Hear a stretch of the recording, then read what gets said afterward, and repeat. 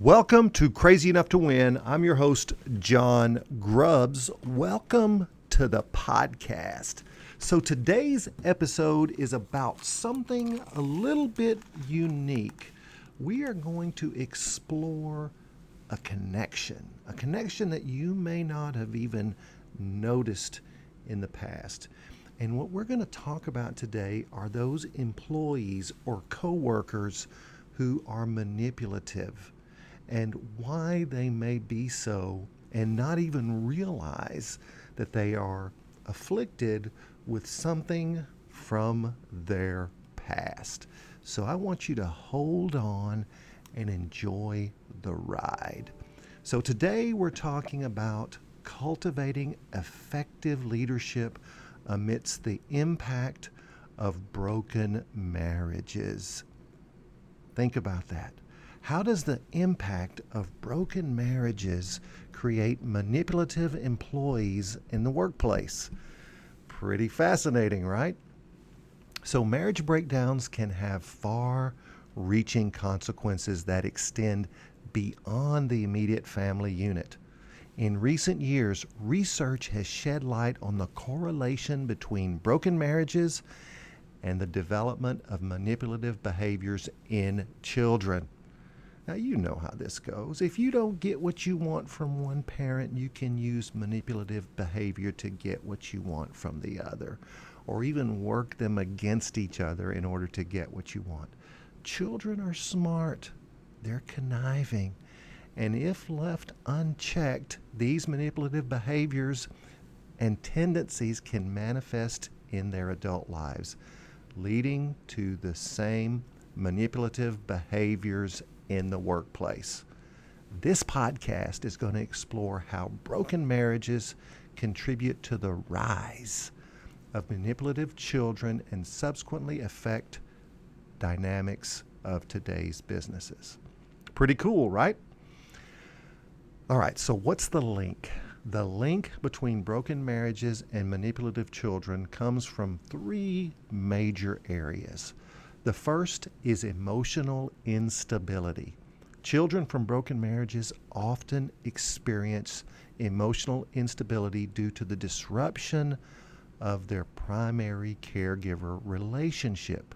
Think about that. If they're bouncing back and forth, this instability can lead to insecurity, anxiety, and a lack of trust in intimate relationships.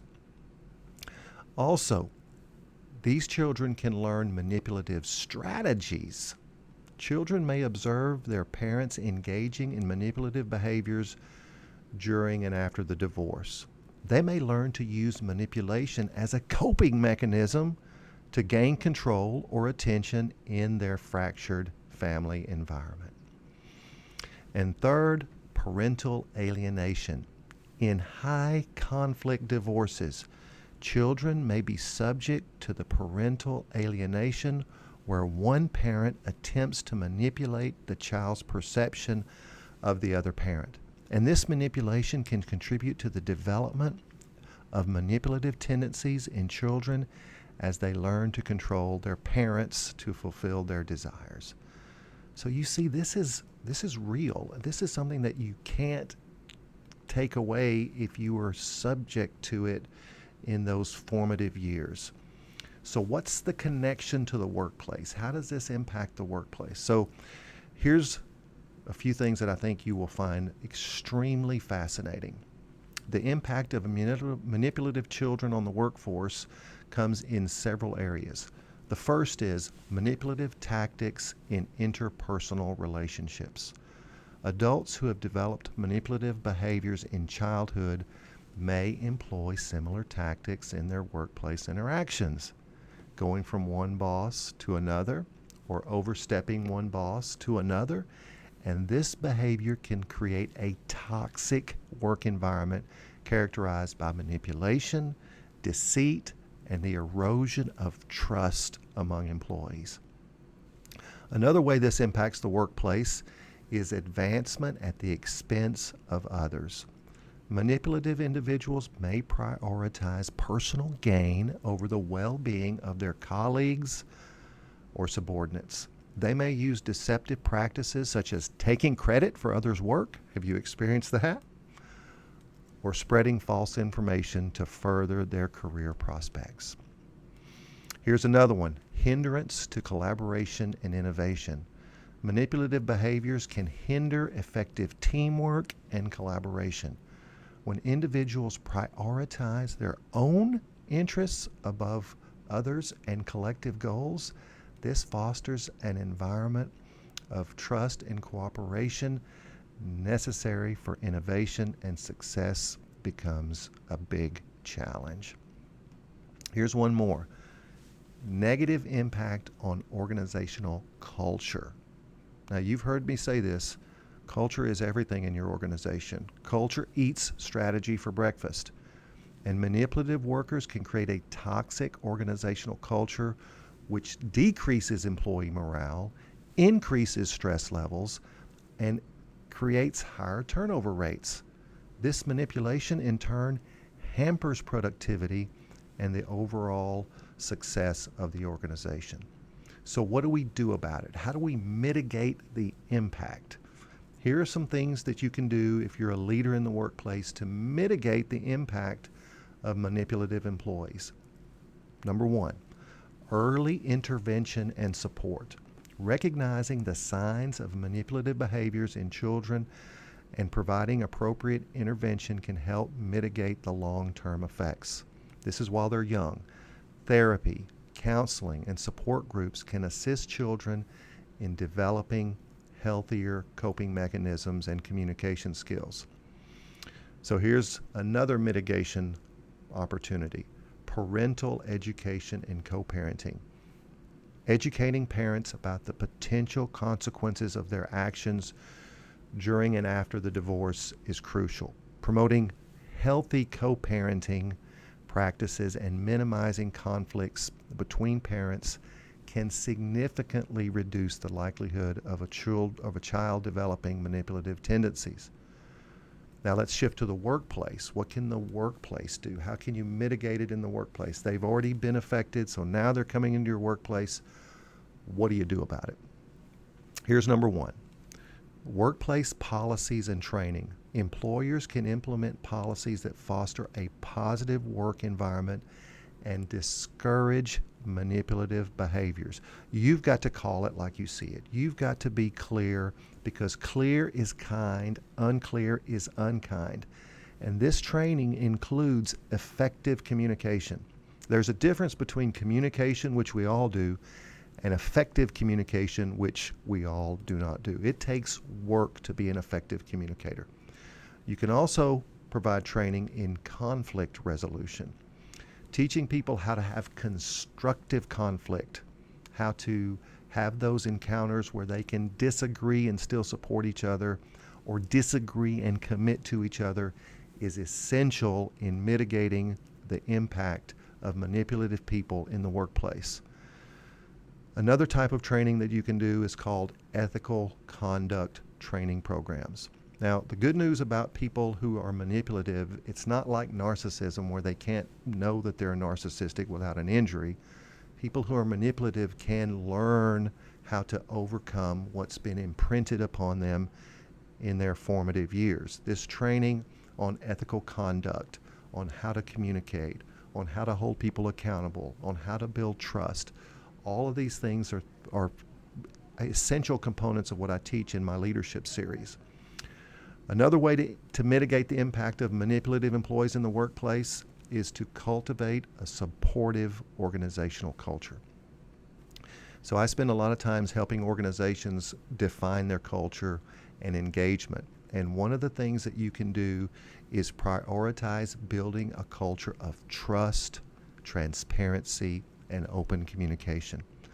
We have to encourage teamwork, and people may be really good at their jobs and stink at being a teammate. And we need to help by recognizing and rewarding collaborative efforts. When they do things well as a team, we need to reward that behavior. We need to recognize that behavior. We need to give some positive feedback for that behavior. And this provides avenues for employees' feedback which helps create an environment that discourages manipulative behaviors. What I say is when you see something, say something. When you recognize a trigger, you need to name it so that you can tame it. And people who want to improve, who were afflicted with this early in life, can become healthy, productive employees. It's not necessary to throw them out as toxic if we can understand the reasons that they're behaving in the way that they behave. So what's the conclusion? Here's the conclusion. The impact of broken marriages on children extends beyond the family unit and can influence their behavior in adulthood. I can't tell you how many times I've coached an individual to realize that what we learn in our formative years does not leave us in adulthood. It comes with us. It's like the baggage that's behind us every day when we interact with other people. And these manipulative tendencies developed during childhood can carry over into the workplace, leading to a toxic work environment or a negative business consequence. It hurts the workplace. You can't just ignore it and hope it goes away. And if you fire people who are salvageable and talented, the organization loses a great opportunity for improvement. And by recognizing the link between broken marriages and manipulative behaviors, we can put in place proactive measures that mitigate the impact on children and the workforce. And I can't tell you how many times I've worked with leadership teams only for people to realize that their behavior has been programmed or even pre-programmed in childhood to affect them as adults. And early intervention and support for children experiencing marital breakdowns can help them develop healthier coping mechanisms and, of course, better communication skills. Parental education and promoting healthy co-parenting practices are essential in minimizing conflicts and fostering a supportive environment for children. Another thing that organizations can do is they can implement workplace policies and training programs that discourage manipulative behaviors and promote ethical conduct. Cultivating a supporting organizational culture built on trust, transparency, and open communication is crucial for fostering collaboration and innovation while discouraging manipulative tendencies. So if we recognize and reward collaborative efforts, we can provide avenues for employee feedback that contribute to a positive work environment. This makes sense, right? And furthermore, raising awareness about long-term consequences of broken marriages on children and potential impact on the workforce is essential. And if we educate these individuals about these issues, the workplace, society, your neighborhood, everything around you can work towards preventing the perpetuation of manipulative behaviors in generations to come. So broken marriages can profoundly impact children, leading to the development of manipulative behaviors. Again, I want to reinforce this. There are many people that I've coached who have been labeled as toxic only to determine that what was imprinted upon them at an early age still impacts them today. And these behaviors can carry over into the workplace, creating toxic environments and hindering success as a team. And when we recognize the link between broken marriages, and by the way, not all broken marriages lead to dysfunction. I don't want anyone to think that this podcast is about a direct correlation between all broken marriages and manipulative people. It's not that. The children watch how the parents behave and they mimic that behavior. And by recognizing that link between broken marriages and manipulative children, it's the first step in addressing the challenge, the issue, the opportunity, however you want to label it, for people in your organization. And just knowing that someone came from a very difficult broken marriage as a leader can help you understand the way they think and possibly why they behave in certain ways. This gives you as the leader an opportunity for early intervention and support. And if you have people going through a divorce that work for your organization, it's stressful enough, you can help them with information about healthy co-parenting practices. You can also implement workplace policies that foster a supportive organizational culture to counteract and mitigate the negative impact of broken marriages. And this will cultivate a healthier and more productive workforce. So I want to share a kind of an anecdotal story with you. There was a study, a literal academic study done of teams across the country, and there were 40 teams who were affected by a toxic individual. Infected with a toxic individual is a better analogy. So these teams, which were described as relatively healthy, were infected with a toxic person who was given a specific role to play. Maybe the role was to be extremely apathetic when encountering team members. Maybe the role was to be very aggressive when encountering team members. Maybe the role was to be very manipulative or very, condescending. And the study revealed that out of the 40 teams, 39 were all adversely affected by the infection of one individual in the organization. And you say, well, okay, what does that mean for this topic, John, for this podcast? Well, one negative behavior, one negative person in your organization, one toxic person, one manipulative person can impact your entire team. And you can't just ignore the behavior. The behavior affects the people around that individual, their peers, much more than what you see as a leader.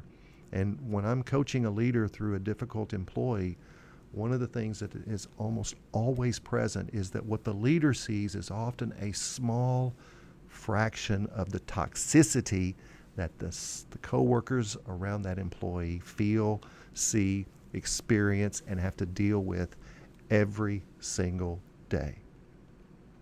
So I hope you enjoyed this topic. This podcast is for people crazy enough to go against the grain, to talk about things that may not be popular or may not be easy to talk about. If you haven't already done so, subscribe to this podcast so that you get updates when I drop new episodes.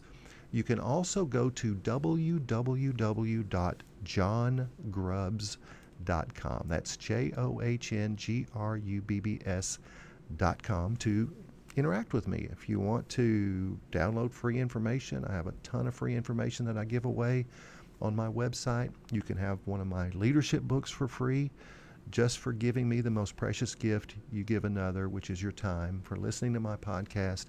I'll give you a free copy of my book at www.johngrubbs.com. You can download it as a PDF file, or you can download it as a Mobi file if you read your books on Kindle. People say, John, why do you give your book away? It sells for $20 on Amazon. Why do you give it away? I'm giving it away as my gift to you for listening to this podcast, for being part of this podcast family. We have listeners all over the world who enjoy this podcast, and that is my way of saying thank you for listening. Before we close, I want to remind you that this podcast is for people who are crazy enough to go against the grain, to do things differently. Crazy people get things done. Crazy people are I think the very fuel for innovation, for change, for the betterment of the workplace, even the betterment of society. Crazy people are the ones that, do the magic in the world.